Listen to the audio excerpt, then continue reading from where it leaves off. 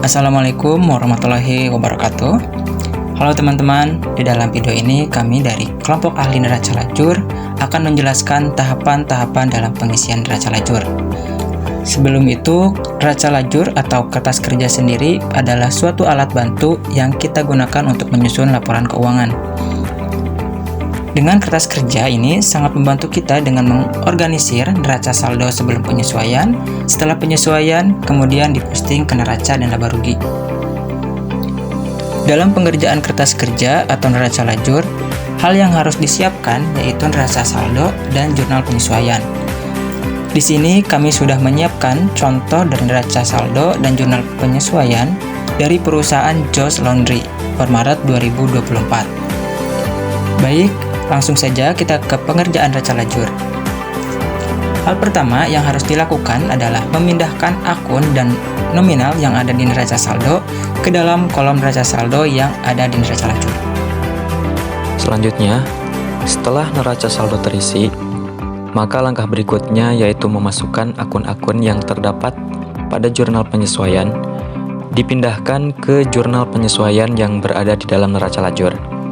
Tentunya, sebelum mengerjakan neraca lajur atau worksheet, kita harus terlebih dulu mengerjakan jurnal penyesuaian yang nantinya dari jurnal penyesuaian selanjutnya akan diolah ke dalam neraca lajur untuk kita nantinya mengetahui neraca setelah disesuaikan. Nah, sebagai contoh, kita lihat pada jurnal penyesuaian ada sewa dibayar di muka sebesar 8.800.000 pada beban sewa sebesar 8.800.000. Nah, maka kita catat akun tersebut di neraca lajur pada bagian jurnal penyesuaian. Lalu kita cari akun yang sama dengan akun yang disesuaikan di jurnal penyesuaian tadi. Berarti kita catat juga di neraca lajur sewa dibayar di muka 8.800.000 dan beban sewa 8.800.000.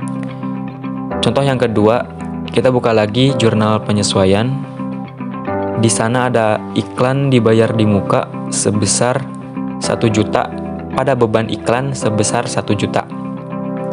Maka kita cari lagi akun yang sama dengan akun-akun tadi di neraca lajur, yaitu iklan dibayar di muka 1 juta dan beban iklan 1 juta. Proses ini berulang hingga akun-akun yang terdapat di dalam jurnal penyesuaian sudah dipindahkan semua ke dalam jurnal penyesuaian yang ada di dalam neraca lajur.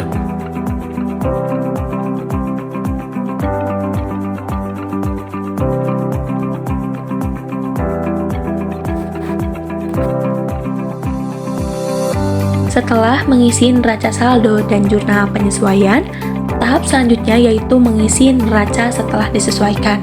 Nah, untuk mengisinya yaitu dengan menjumlahkan neraca saldo dan jurnal penyesuaian.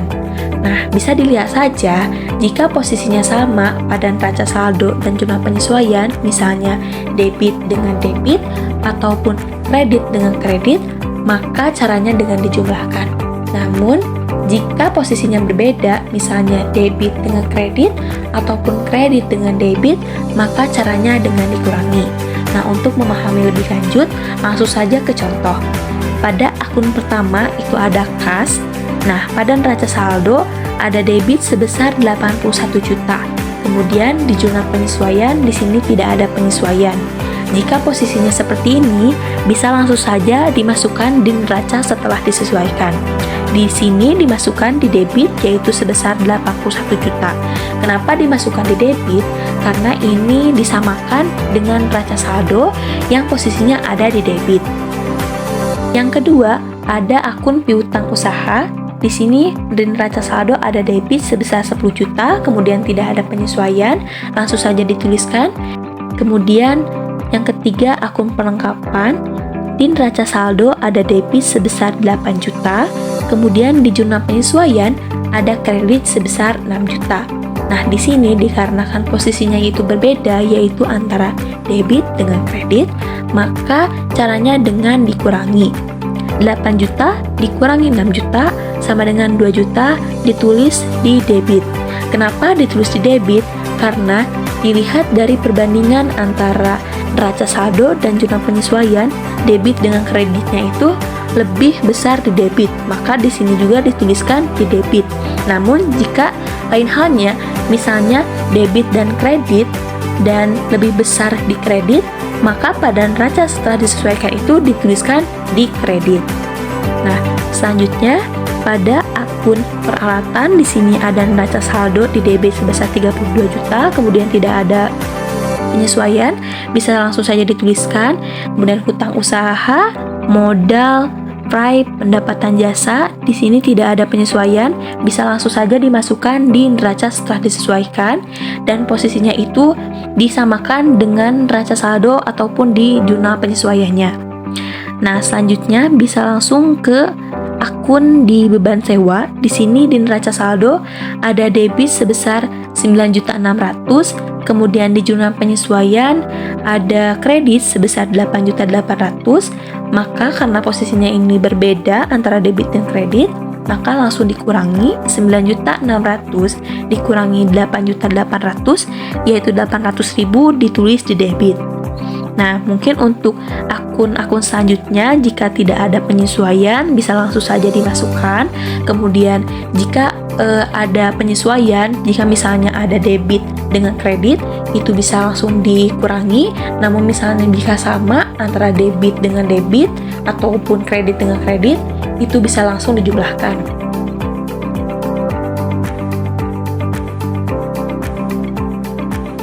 Nah, sesudah semua akun disesuaikan, dimasukkan pada neraca setelah disesuaikan, kemudian kita menghitung jumlah dari neraca setelah disesuaikan. Nah, untuk memastikan bahwa penghitungan neraca setelah disesuaikan kita ini sudah benar, maka antara debit dan kreditnya itu harus sama. Selanjutnya ada laba rugi. Dalam laba rugi ini, kita dapat mengetahui kita akan mendapatkan laba atau mendapatkan rugi. Dalam laba rugi ini juga ada dua akun yang harus ditulis dalam laba rugi ini. Yang pertama ada pendapatan, yang kedua ada beban. Kita lanjut aja ke contoh berikut ini. Di sini ada pendapatan jasa sebesar 49.200.000 di kredit. Kenapa di kredit? Karena pendapatan tersebut bertambah di kredit, sedangkan kalau pendapatan tersebut berkurang, maka pendapatan tersebut akan berada di debit. Yang selanjutnya ada beban. Yang pertama ada beban sewa seharga 800.000 di debit. Kenapa di debit?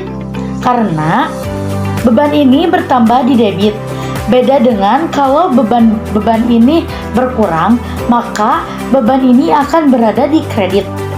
Yang kedua, beban gaji seharga 16.800.000 di debit. Yang ketiga, ada beban pemeliharaan peralatan sebesar 600.000 di debit. Lalu yang keempat, ada beban iklan seharga 200.000 di debit.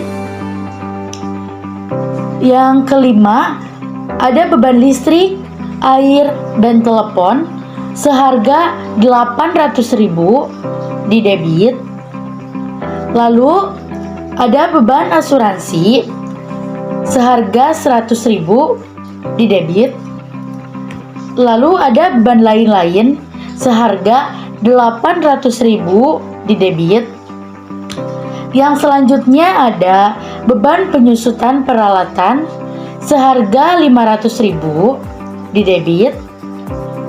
Yang terakhir ada beban perlengkapan seharga 6 juta di debit. Nah, setelah di akun laba rugi ini diisi, lanjut kita menghitung jumlah laba rugi ini. Setelah dijumlahkan, kita lihat hasil debit sebesar 26.600.000, sedangkan jumlah kredit sebesar 49.200.000. Nah, setelah itu Agar kita mengetahui kita mengalami laba apa rugi, kita bisa menjumlahkan dengan cara pendapatan dikurangi beban atau kredit dikurangi debit. Setelah itu, kita lihat hasil dari pendapatan dikurangi beban atau kredit dikurangi debit, itu hasilnya 22.600.000. Maka kita bisa disebut mendapatkan laba, karena apabila kolom laba rugi setelah kredit bernilai lebih besar, berarti usaha memiliki laba. Berarti kita memiliki laba sebesar 22.600.000. Lalu setelah kita mendapatkan laba, kita lanjut menjumlahkan kembali agar nilai debit dan kredit itu sama. Oke, baik, setelah mengisi kolom laba rugi, komponen berikutnya yang harus diisikan adalah kolom neraca sesuai dengan saldo terbaru.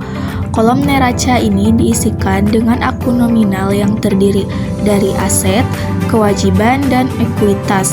Saldo yang akan diisikan ke dalam komponen ini berasal dari neraca saldo yang sudah disesuaikan. Kolom debit pada bagian neraca diisikan dengan akun debit, kecuali yang bersaksi kontra seperti akumulasi penyusutan dan cadangan kerugian piutang. Sementara kolom kredit digunakan untuk mengisi saldo akun kewajiban dan ekuitas perusahaan. Hasil akhir antara debit dan kredit pada neraca dan laporan laba rugi pada umumnya akan mengalami selisih. Jumlah selisih dari saldo akhir neraca dan laba rugi ini harus sama agar bisa menemukan profit atau kerugian usaha perusahaan selama satu periode. Nah, untuk contohnya sendiri dapat dilihat yang pertama, kas ya. Itu masuk dalam kolom neraca bagian debit yang dengan nominal 81 juta. Lalu ada piutang usaha, itu juga sama masuk neraca bagian debit senilai 10 juta. Lalu perlengkapan pada bagian debit sama dengan jumlah 2 juta. Lalu ada peralatan sama juga masuk kolom neraca bagian debit dengan total 32 juta.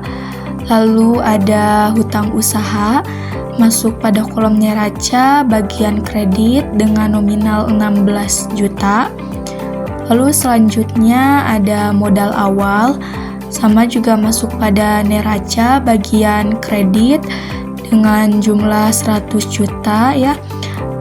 Lalu ada prive atau pengambilan pribadi ditulis pada debit dengan jumlah 4 juta. Nah, sedangkan untuk pendapatan dan beban-beban itu tidak kita tulis pada kolom neraca melainkan pada kolom laba rugi sebelumnya. Lalu kita lanjutkan, di sini ada akumulasi penyusutan peralatan sama ditulis pada kolom neraca bagian kredit dengan jumlah 500.000. Lalu ada hutang gaji dengan nominal 800.000 kita tulis di bagian kredit. Nah, setelah ini kita jumlahkan ya masing-masing debit dan kredit. Itu hasil akhirnya akan beda. Nah, agar hasil akhir dari debit dan kredit ini sama, yang kredit kita jumlahkan dengan laba yang diperoleh oleh perusahaan. Nah, seperti yang dijelaskan pada kolom laba rugi sebelumnya, bahwa perusahaan mendapatkan laba senilai 22.600.000. Nah, lalu kita jumlahkan ya yang 117.300.000 dengan 22.600.000, maka hasilnya akan sama seperti di debit, yaitu 139.900.000. Baik, itulah penjelasan mengenai tahapan-tahapan pengisian neraca lajur. Terima kasih telah menonton video ini. Kami harap penjelasan yang telah kami berikan dapat membantu teman-teman memahami konsep ini dengan lebih baik. Jika teman-teman memiliki pertanyaan atau ingin berbagi pengalaman terkait neraca lajur, jangan ragu untuk menuliskannya di bagian komentar di bawah. Kami akan dengan senang hati menjawab setiap pertanyaan yang teman-teman miliki. Terima kasih. Wassalamualaikum warahmatullahi wabarakatuh.